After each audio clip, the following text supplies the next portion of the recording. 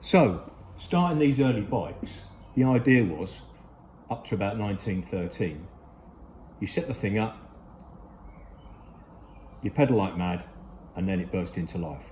And then in 14, they introduced the concept of the step starter, and then 15, gearboxes and kickstarting, and there it went. So it occurred to me, I wonder if I could start the bike up using the step starter technique for earlier bikes, and that was the idea. So,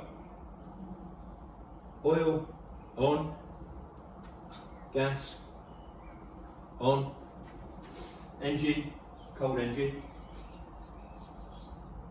tickle the carb, valve lifter, fully advanced, timing, and then drop the valve lifter as I push down.